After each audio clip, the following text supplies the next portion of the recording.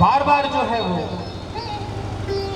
परेशान हो रहा है, नजरें भी मिल रही हैं, सम्मान नहीं कर रहा, अपने आप को समझता क्या है, अलग ही उसका तो अपना अलग ही यज्ञ चल रहा है, लग रहा है कुछ।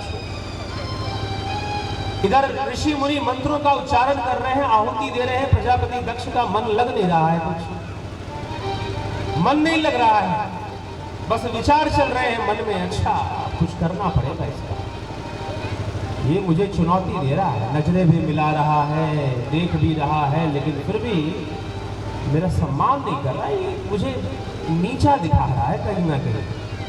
अब कुछ ना कुछ इसका करना पड़ेगा, ठीक है कर लेना, यज्ञ तो हो जाने दो,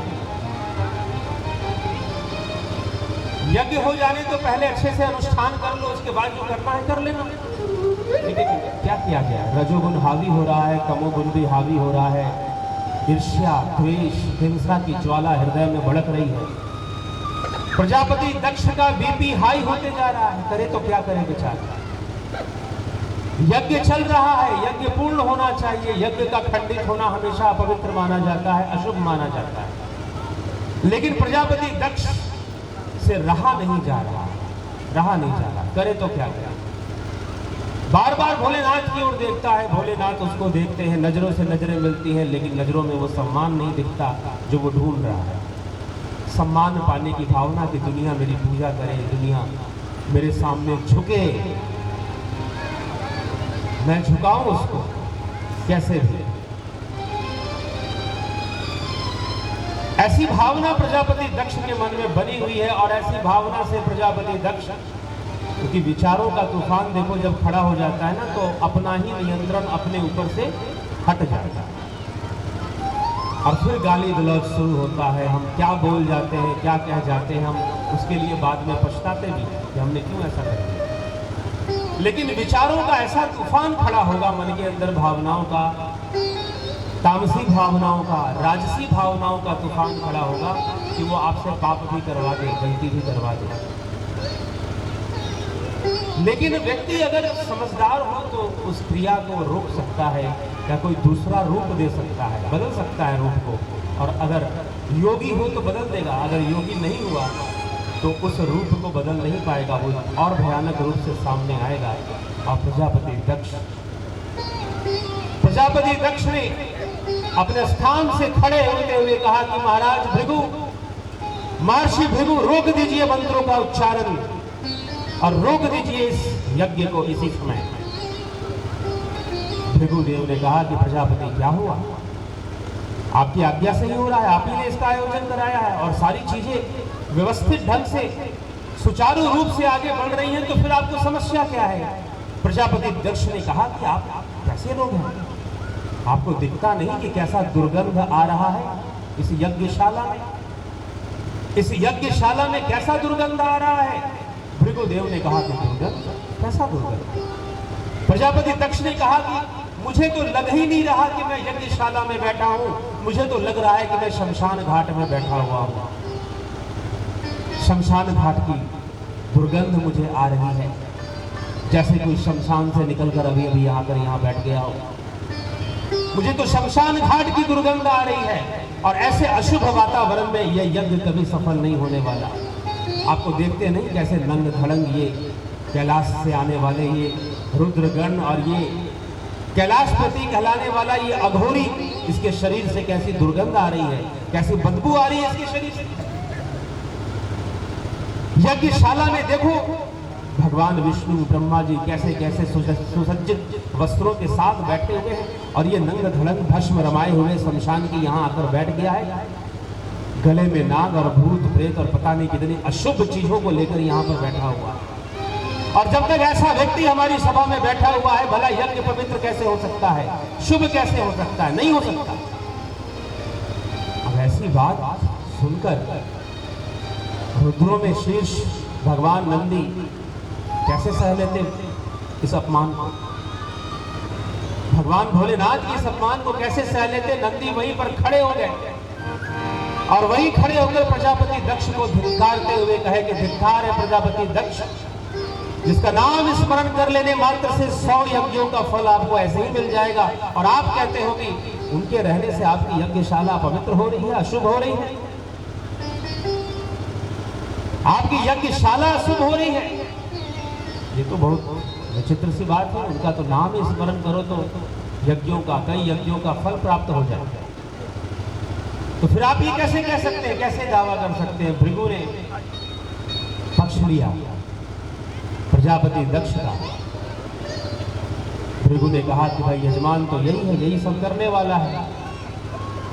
भृगु ने कहा कि नहीं, ठीक कह रहे हैं प्रजापति दक्ष, और जो कह रहे हैं वो उचित ही कह रहे हैं, इसमें तनिक भी संशय नहीं है। नंदी ने कहा कि भृगु, आपकी बुद्धि भ्रमित हो गई है।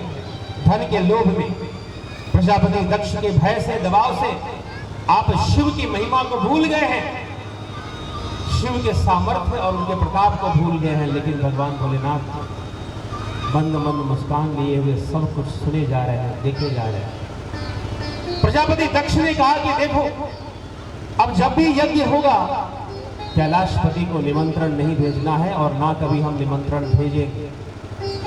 और मैं घोषणा करता हूं, पूजा पाठ के सारे विधान और यज्ञ के सारे नियमों से कैलाशपति को मैं निष्कासित करता हूं। अरे भाई,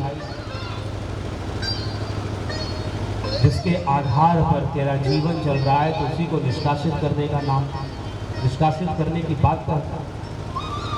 तो कह रहा है कि यज्ञ करेगा और अग्नि नहीं जलेगी। क्या अग्नि को कभी निष्कासित कर सकते हो अपने जीवन से? अपने संसार के कर्मों से। हम भोजन भी करते हैं ना, उपनिषदों में बताया गया है कि हम खाना खाते हैं, ये भी एक यज्ञ है। हम आहुति देते हैं जठराग्नि में, जब हम भोजन करते हैं तब हमारे पेट में अग्नि का वास है।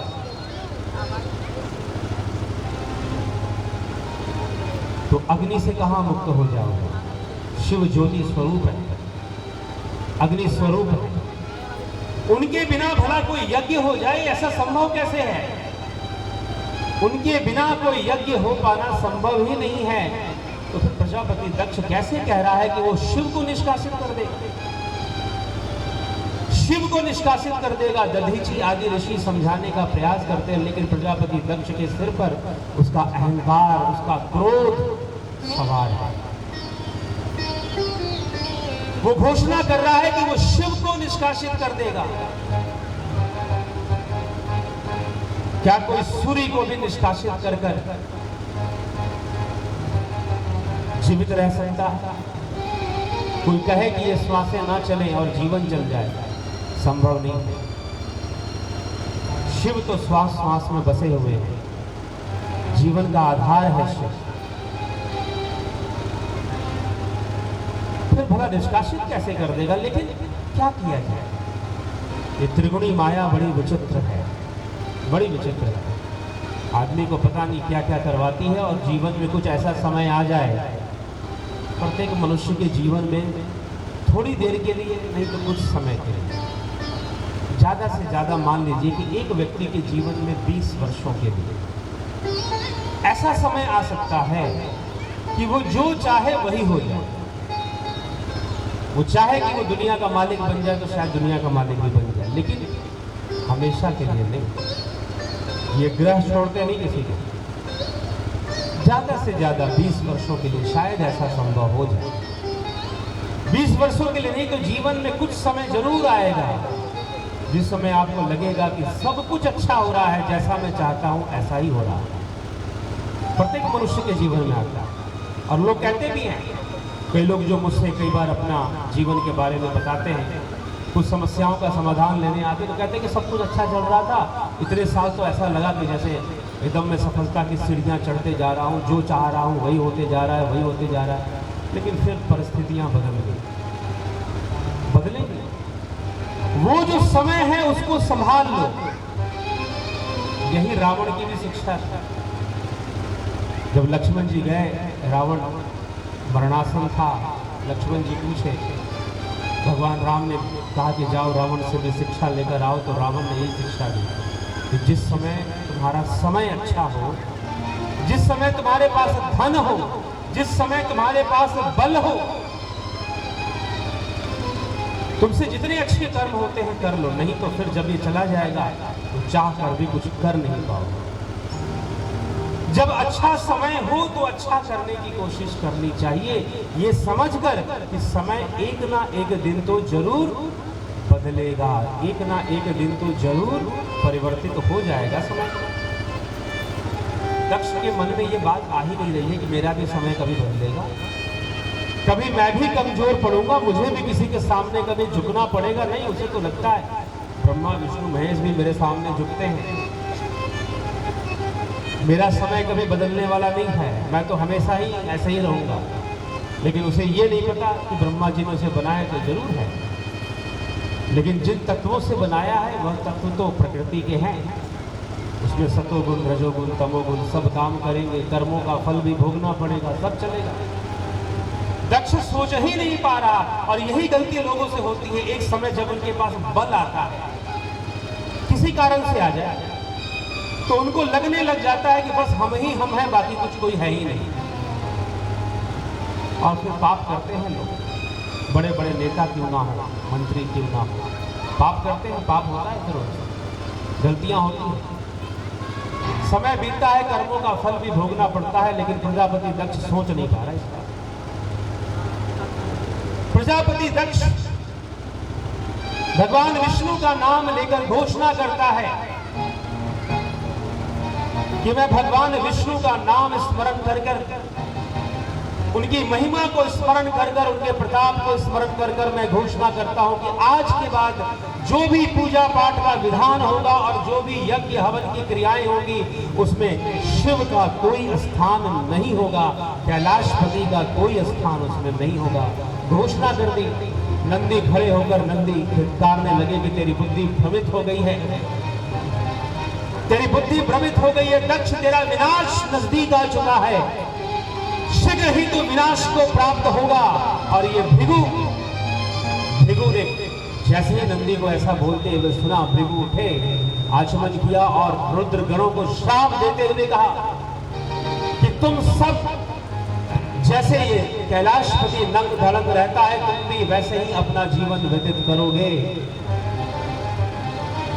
तुम्हें कभी भी शुभ प्रसाद मिलेगा ही नहीं, जूठन खाने को ही मिलेगा, जब भी मिलेगा ऐसा ही तुम्हारा जीवन होगा। नंदी भी तपस्वी थे, साधारण नहीं थे। नंदीश्वर उठते हैं, आचमन करते हुए भृगु को श्राप देते हैं कि जाओ, जैसे ही कलिकाल प्रारंभ होगा, कलयुग प्रारंभ होगा, तुम जैसे सारे ब्राह्मणों को कभी भी उचित स्थान प्राप्त नहीं होगा, तुम्हें देवों का यज्ञ कभी प्राप्त नहीं होगा, और तुम अपराधियों का, राक्षसों का, असुरों का, मलेच्छों का भी यज्ञ करवाओगे। ऐसा श्राप कुछ शिव महापुराण में वर्णन आता है। भगवान शिव खड़े हो जाते हैं, नंदीश्वर को रोकते हैं कि नंदी ये क्या कर रहे हैं, जब मैं कुछ नहीं बोल रहा तो तुम्हें कुछ बिना मेरी आज्ञा की कहने की आवश्यकता नहीं है, लेकिन कोई बात नहीं, जो कर दिया, जो बोल दिया सो बोल दिया, अब चलो यहां से, अब यहां से चलो, अब हम यहां से चलते हैं, अब यहां हमारे लिए कुछ नहीं है। प्रजापति दक्ष ने यज्ञ से निष्कासित कर दिया, भगवान को कोई फर्क नहीं पड़ता, इट्स ओके, त्रिकालदर्शी है, उन्हें क्यों फर्क पड़ेगा, सब जानने वाले हैं, कोई फर्क नहीं पड़ता। मंद मंद मुस्कान लिए हुए अपने सारे रुद्रगणों को कहते हैं कि छोड़ो, जो हो गया सो हो गया, व्यर्थ में नकारात्मकता फैलाने से कोई बात कुछ नहीं होता, और मैं सबसे घोषणा करता हूं इस बात की चर्चा कोई कुछ ना करे, जो हो गया सो हो गया। भाई ये यज्ञशाला प्रजापति दक्ष की है, उनकी इच्छा, जिसको बुलाएं, जिसको ना बुलाएं उनकी मर्जी है, उनको लगता है कि मुझे नहीं बुलाना चाहिए तो ना बुलाएं, कोई दिक्कत नहीं। सबको प्रणाम कर कर भगवान भोलेनाथ वहां से निकले, मंद मंद मुस्कान लिए हुए, निष्कासित किया गया है, तिरस्कार किया गया। अरे भाई, जिसको मजा आने लग जाए सुरत और समाधि में, जिसको आनंद आने लग जाए सुरत और समाधि में, एकांत में, एकांत सुखमास्त्याम, एकांत में ही तो सारे सुख हैं। जो एकांत प्रिय हो और जो समाधि प्रिय हो, भला वो इस बात की चिंता क्यों करे कि कौन उसका तिरस्कार करेगा, कौन उसका सम्मान करेगा, वो तो वैसे ही चिंता नहीं करता। देना है दो, नहीं देना है मत दो, क्या फर्क पड़ता है, ये सब माया है। प्रतिष्ठा लोग नाम की करते हैं, शरीर की करते हैं, मृत्यु के बाद ना नाम जाएगा ना शरीर जाएगा। जाएगा क्या? मृत्यु के बाद ना नाम जाएगा ना शरीर जाएगा, जाएगा तो आपका कर्म जाएगा, और वो जानता कौन है? आप जानते हो, और यह माता जानती है, जगत माता जानती है, प्रकृति जानती है कि आपने कौन से कर्म किए हैं, उसका फल कैसे देना है, वो जानती है। और आप जानते हो कि आपने कर्म कौन से किए हैं, कितने कर्म छुपा के किए हैं, कितने कर्म दिखा के किए हैं। भले दुनिया के सामने ना आए, लेकिन फल तो सबका मिलेगा, फल तो सबका सामने आएगा। जैसे भी आपने कर्म किए हैं, जिस तरह से भी आपने कर्म, फल आएगा, कुछ भी रहेगा नहीं, बचेगा नहीं, सबको आज भोगना ही पड़ता है, आना ही पड़ता है। प्रजापति दक्ष तो खुल्ला भगवान शिव का अपमान किए जा रहा है। शिव का अपमान सप्त ऋषियों से सहन नहीं हुआ। दधीची उठ खड़े हुए। दधीची ने कहा कि अरे मूर्ख राजा, प्रजापति दक्ष, तू अगर ब्रह्मा का पुत्र नहीं होता तो मैं तुझे उचित दंड देता इसी समय, लेकिन सौभाग्यवश तो अपना सौभाग्य मना के तू ब्रह्मा का पुत्र है, इसलिए तुझे अवसर देता हूं कि सुधार ले अपने आप को और अपनी वाणी को वापस ले ले। दधीची ने खड़े होकर ऊंचे स्वर में फटकार लगाई प्रजापति दक्ष को और कहा कि जा, मैं जाता हूं तेरी यज्ञशाला से, लेकिन तेरे यज्ञ में मैं भी तभी आऊंगा जब कैलाशपति आएंगे। अगर वो नहीं आएंगे तो मैं भी नहीं आऊंगा। मुझे निमंत्रण देने के पहले सोच लेना, विचार कर लेना। दधीची उठकर वहां से चले गए। दधीची के जाते जाते सप्त ऋषियों का समाज वहां से उठ गया। बहुत सारे ऋषि मुनि उठ गए। बचे रहे तो कुछ चापलूस राजा और देवता वहां पर कुछ बचे रहे जो प्रजापति दक्ष के चापलूस थे, उसे प्रसन्न रखना चाहते थे। वो बचे रहे, बाकी सब वहां से देखते देखते सब निकल गए। भगवान भोलेनाथ कैलाश पर आकर बैठ जाते हैं और उनके सामने उनके रुद्रगण जो है विलाप करते हैं कि प्रभु सहन नहीं हो रहा था, मन कर रहा था। रुद्रगणों ने कहा कि मन कर रहा था कि भृगु की दाढ़ी बाल अभी उखाड़ लूं। एक ने कहा कि प्रभु मन कर रहा था कि खड़ग उठाऊं और प्रजापति दक्ष के सिर को धड़ से अलग कर दूं। भगवान ने कहा कि इतने उतावले क्यों हो रहे हो, ये सब तो चलता रहता है, जीवन है, जीवन में कभी मान अपमान, सम्मान, लाभ हानि, जय पराजय चलता रहता है। इसको लेकर कभी परेशान नहीं होना चाहिए। ऐसा नहीं कि एक बार एग्जाम में टॉप कर गए तो हमेशा टॉप करते रहो। हो सकता है कि दूसरी परीक्षाओं में कमजोर पड़ जाओ। जीवन के अनेक हिस्से हैं, जीवन के अनेक पक्ष हैं, हर पक्ष में हर आदमी मजबूत नहीं हो सकता। कुछ पक्षों में मजबूत होगा तो कुछ पक्षों में थोड़ा कमजोर भी हो जाएगा। इसके लिए कभी व्याकुल नहीं होना चाहिए, परेशान नहीं होना चाहिए। सुख दुख के आने वाले झंझावत को सहन करना चाहिए और अपने मन को प्रभु में लगा कर रखना चाहिए। नंदी भगवान ने सत्संग सुनाना शुरू कर दिया रुद्रगणों को। इसलिए कहा कि चिंतित होने की जरूरत नहीं है, शिव के समान बनने की कोशिश करो। शिव के समान बनने का मतलब राम के समान बनना क्या संभव है? 14 वर्षों का वो वनवास क्या सह लेना आसान है? क्या शिव की तरह विष का पान कर लेना आसान है? ये तो अपमान रूपी विष है, जिसका पान वो मुस्कुराते मुस्कुराते कर गए। जो रुद्रगण है वो भगवान का सत्संग, उनके विचार सुनकर उनका मन शांत हो जाता है और बड़े शांत मन से वो प्रभु का गुणगान करना शुरू कर देते हैं, उनकी महिमा का गान करना शुरू कर देते हैं, उनकी दी हुई शिक्षाओं का स्मरण करना शुरू कर देते हैं। तो आइए हम भी प्रभु का थोड़ा गुणगान करें। भोलेनाथ की जय, शंभुनाथ की जय, गौरीनाथ की जय, दीनानाथ की जय। आइए प्यार से